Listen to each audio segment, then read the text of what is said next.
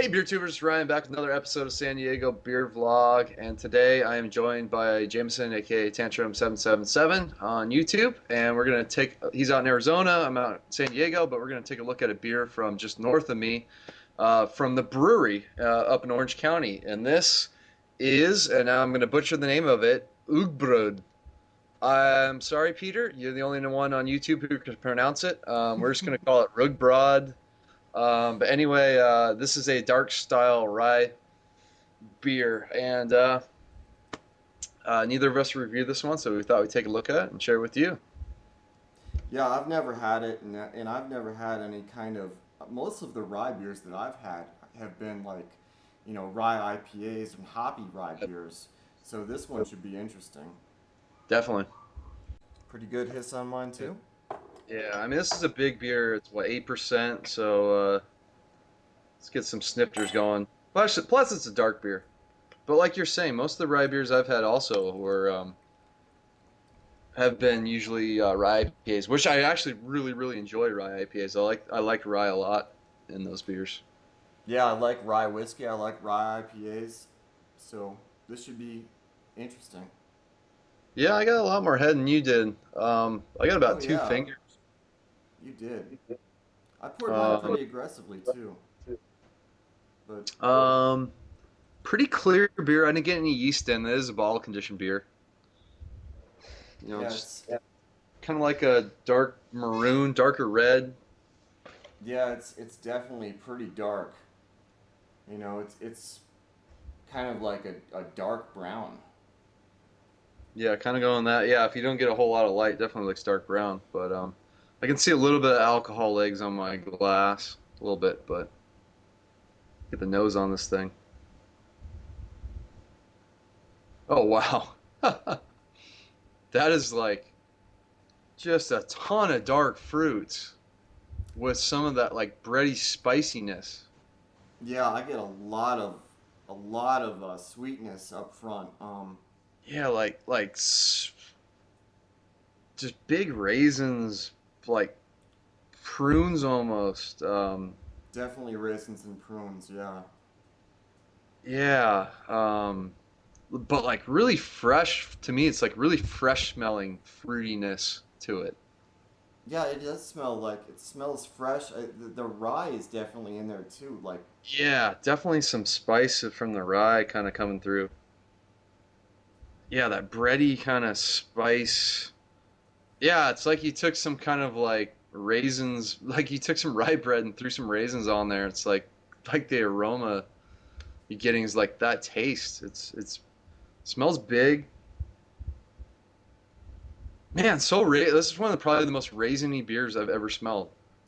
yeah, it really smells rich. It smells rich. It's like if you took rye bread and you made it like sweeter and you put in raisins and that kind of thing and made it like kind of like a dessert rye bread. Right. That's what it smells like. Exactly. Wow. Real nice aroma, but let's give this a taste. Let's do it. Cheers. Cheers.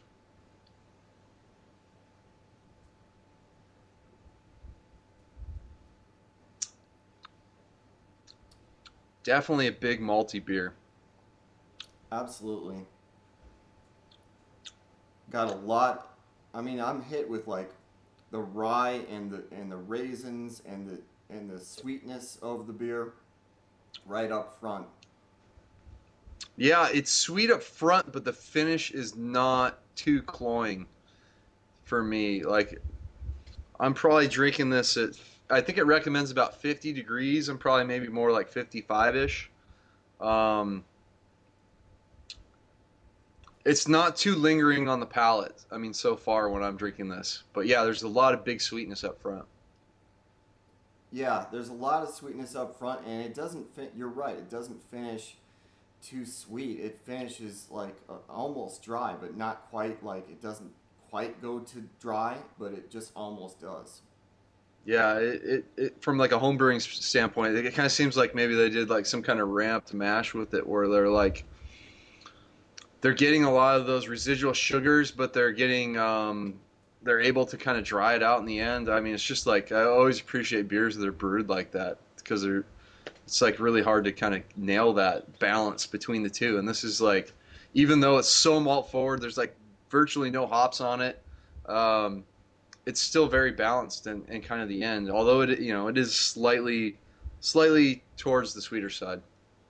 Yeah, it almost tastes like that Belgian yeast that they're using in this. Kind of has that kind of Belgian yeasty taste right at the end, and it finishes clean.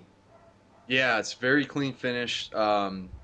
Yeah, such big rye raisiny note. It like follows the nose like perfectly. Big bready notes. It's I mean, for a dark rye beer, I mean, I've never really had anything like this. It sounds like it's sort of like a old traditional style of a beer that's, you just don't see a whole lot anymore. Being sort of Danish in origin, and you just don't see beers like this out here. So it's very cool that the brewery kind of brewed something like this. Oh yeah, I love when breweries keep those older styles alive.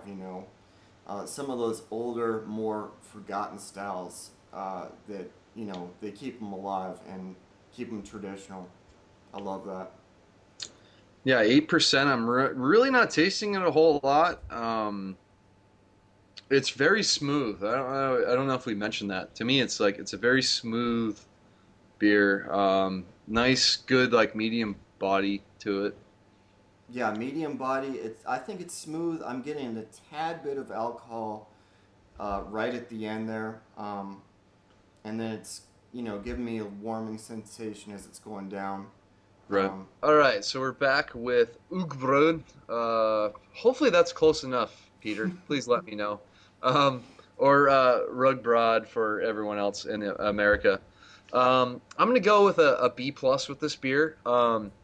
It doesn't quite wow me like an A should, but I was pretty borderline with it because to me it's different than a lot of the beers I've had. It has really really fresh like intense kind of flavors of the rye bread and the raisins, the dark fruits on there, and so it's really enjoyable to drink. It's not too sweet, and I think it hides the 8% pretty well. So, what do you think, Jameson?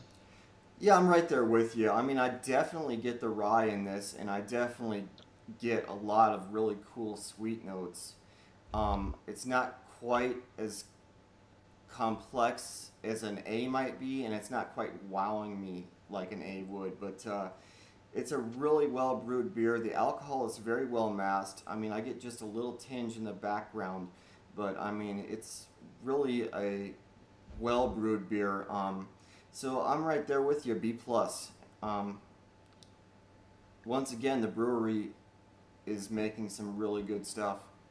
So Yeah, so that's gonna wrap it up for this review.